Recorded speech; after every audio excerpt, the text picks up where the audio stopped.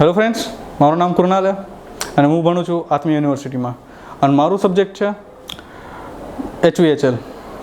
So basically અમારા subject આપવામાં આવ્યું હતું UHL, યાની કે થાય છે યુનિવર્સલ હ્યુમન વેલ્યુ, જે યુનિવર્સિટીએ અમારા માટે ગોઠવેલું છે, જેમાં અંકિત સરે અમને બહુ મોટું જ્ઞાન દીધું છે. એમાં એક્સ્ટ્રીમલી બેસ્ટ. સો આજે તમને હરેક કોલેજમાં તમને લેવામાં આવે છે. સો એવું ન માનો કે એક નવું સબ્જેક્ટ છે અને નવું કંઈક વિચારવા છે તો બોરિંગ જાહે. જો જિંદગીમાં બધું બોરિંગ જાય જ છે. તમે લાઈફમાં આવો છો, કોલેજમાં ટાઈમ પાસ કરો છો, ગેમ રમો છો, ઇઝ યોર ચોઇસ, થાય જ છે. પણ તમારા લાઈફની એટલીસ્ટ 2 to 3 hours તો તમને આ સબ્જેક્ટમાં મને લાગે છે દેવું જ જોઈએ. કારણ કે મને ન લાગતું તમે 24 hours તમને 3 કે 4 hours તમારા માટે વેસ્ટ થાય. મને નથી લાગતું. કારણ કે મારો વિચાર આ લેક્ચર પછી બદલી ગયો. હાવ કંઈક મને એવું લાગતું યાર કોલેજમાં આવ્યા, મને ફર્સ્ટ ડે હું જ્યારે આવ્યો એવું લાગતું યાર હવે કોલેજમાં કંઈક ફંક્શન એવું થાય. મને લાગ્યું તો એવું જ થાય, પણ ના. 3 days ago મને એવું વિચાર આવ્યા કે સારું કર્યું આ, એટલે એપ્રિશિએટ તું સર કે આવી રીતે આપણે લેક્ચર ભેળા. મને એવું લાગે છે કે સારું કર્યું મેં મારી જિંદગીની 3 કલાક ડેલી 5 days માટે મેં આ સબ્જેક્ટને દીધી. કારણ કે ફ્રેન્ડ્સ એક વાત જાણી લો, કાંઈ પણ વગર મિનિંગના આ દુનિયામાં છે જ નહીં. તમે આવ્યા હો તો એ કંઈક મકસદ હશે, મિનિંગ હશે. હવે તમને ગોતવાનું છે શું છે એ, અને આ જ તમારા અંદરના કોન્ફિડન્સને, તમારા અંદરના વિચારોને અગર એક્સપ્રેસ ન કરી શકો તમે દુનિયાને સામે, તો આવવાનો કાંઈ ફાયદો નથી. હું તો એ જ કહેવા માગું બધાને. Truth is truth. તમને ખોટું લાગે તો એ જ છે. ઇંગ્લિશમાં તો કહેવાય છે ને, ટ્રુથ ઇઝ બિટર. સત્ય કડવું જ છે. તમે મોઢા ઉપર કોઈ રહીએ એ તમારો વાંક. પણ તમને કહેવા માગું છું, this is a best chance to you way having the best teacher and having the best time to get the best knowledge. So મને એવું લાગતું કે કોલેજમાં આવ્યા પછી કે આમાં લેક્ચરના પહેલા દિવસે સર આવશે, થોડી બકબક કરશે, 3 કલાક કાઢ નાખશે, વહી જશે. આપણે ફ્રી, આપણે ઘરે પાછા ફોનમાં, પાછા ઇન્સ્ટાની રીલ્સ, પાછા ફ્રી ફાયરના games, PUBG, COD, whatever. પણ જ્યારે લેક્ચર સ્ટાર્ટ થયો, જ્યારે સરે ટોપિક ચાલુ કર્યું, ન્યૂ વર્ડ્સ તો તમને આવશે જ, ન્યૂ એક્સપ્રેશન તો તમને આવશે, ન્યૂ નોલેજ મળશે, નવી વસ્તુઓમાં તમને બહુ મજા આવે. સિરિયસલી તમને બહુ સાચું કહું છું ફ્રેન્ડ્સ, પહેલા દિવસે બહુ મજા આવી, બીજા દિવસે બહુ મજા આવી, પણ ત્રીજા દિવસે થોડો કંટાળો આવ્યો.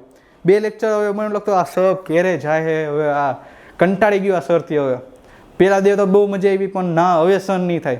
ચોથો દિવસ, 5મો દિવસ, પણ જ્યારે 5મો દિવસ આવ્યો છેલ્લો, ત્યારે સરે પોતાના પત્તા કાઢ્યા. ત્યારે સરે એવી નોલેજ દીધી કે સાચું કહું કે મને એવું લાગ્યું કે I totally worth it for this lectures. કે મને હવે 2 ઓલા હવે હજી અઠવાડિયે છે કે કા મેં મિસ કરી નાખ્યા, એ કા નોલેજ મેં એવું કરી નાખ્યું. કારણ કે ડાયરેક્ટલી કનેક્ટેડ હતા 5મા દિવસે. સરે બહુ સારું સમજાવ્યું યાર. Happiness, society, family, universe, lots of things you can learn from this if you want to be learn whatever. So basically first day બહુ મજા આવી. સર અમને એક્સપ્લેન કર્યું કે happiness, why, for what. So basically કોઈના પાસે answer નહોતો તો સરે બહુ મસ્ત સમજાવ્યું. પણ હું એ તમને કહું કે લોકો કહેશે આને કે સર HVHL તો ઠીક છે, આ સબ્જેક્ટ લે છે, આમાં મોટિવેશન કરતા હશે. મોટિવેશન તો કોને યુટ્યુબમાં મળી જાય આપણને. પણ ના, હું તો કહીશ લોકોને મોટિવેશન દેખાતું હતું, મને ડિસિપ્લિન દેખાતું હતું. એમાં મોટિવેશન તમને સાચું કહું તમને થોડું ફિલ્મી લાગશે, યુટ્યુબ ને રીલ્સમાં તમને એવું બહુ ઘણું દેખાય. પણ ના, હું તમને સત્ય કહું, મોટિવેશન તમને લાગશે 1 દી, 2 દી, 3 દી. તમને સાચું કહું, જો આવી રીતે હોય motivation. First day, second day, third day, 4th day, 5th day, આને કહેવાય મોટિવેશન.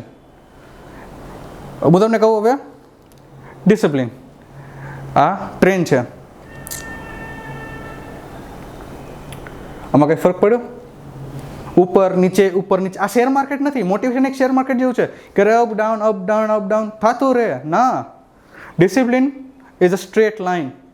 ડિસિપ્લિનમાં રહેવું કેટલું જ હાર્ડ છે જેટલું તમને કોઈ ફિલ્ડમાં રહેવું, કોઈ તમને પ્રેઝન્ટ કરવું છે તમને વાતને, તો જેટલો હું કોન્ફિડન્સથી બોલી શકું તેટલા તમે બોલી શકો. આ લેક્ચરની પહેલાં જે હું 12th ભણતો તો મારી સ્કૂલ હતી, તો હું અમારા ઇંગ્લિશના સર હતા અહીંયા, જે મને સરની જ્યારે મને સરે અંકિત સરે જ્યારે મને બીજા દિવસે જે વાત શેર કરી દર્પણની કે મિરર, તો મને સરની યાદ આવી યાર. તો એ સરનું નામ હતું રવિ સર, જે ઇંગ્લિશ લેતા અમને. તો એ મોટિવેશનલ તો બહુ દેતા, તો એ મને પોઈન્ટ આઉટ થઈ ગયું એ લાઈનને કે લોકો હે ને દૂરબીન લઈને બહુ રખડે સમાજમાં, બીજાના જસ્ટિસ બીજાના જજમેન્ટ એના ઉપર જ છે. પણ કેમ કે આ રીતે આ નવી ગાડી લઈ લીધી, આનો પાપાને પૈસા, બીજું કાંઈ નથી આમાં, કેટલો ખરાબ છે આ, 2 નંબરના પૈસા કમાવ્યા. ના, સરે જે વાત કરી બહુ સારી કરી. સરે કીધું દર્પણ નહીં, પોતાના સેલ્ફને જુઓ. તમે પોતાના ગેરબાનમાં જુઓ તમે શું છો પહેલાં, પછી બીજાને જજ કરો. પોતાના હું હવે અર્નિંગ ફેસમાં નથી, હું મારા ફાધર ઉપર ડિપેન્ડ છું. સો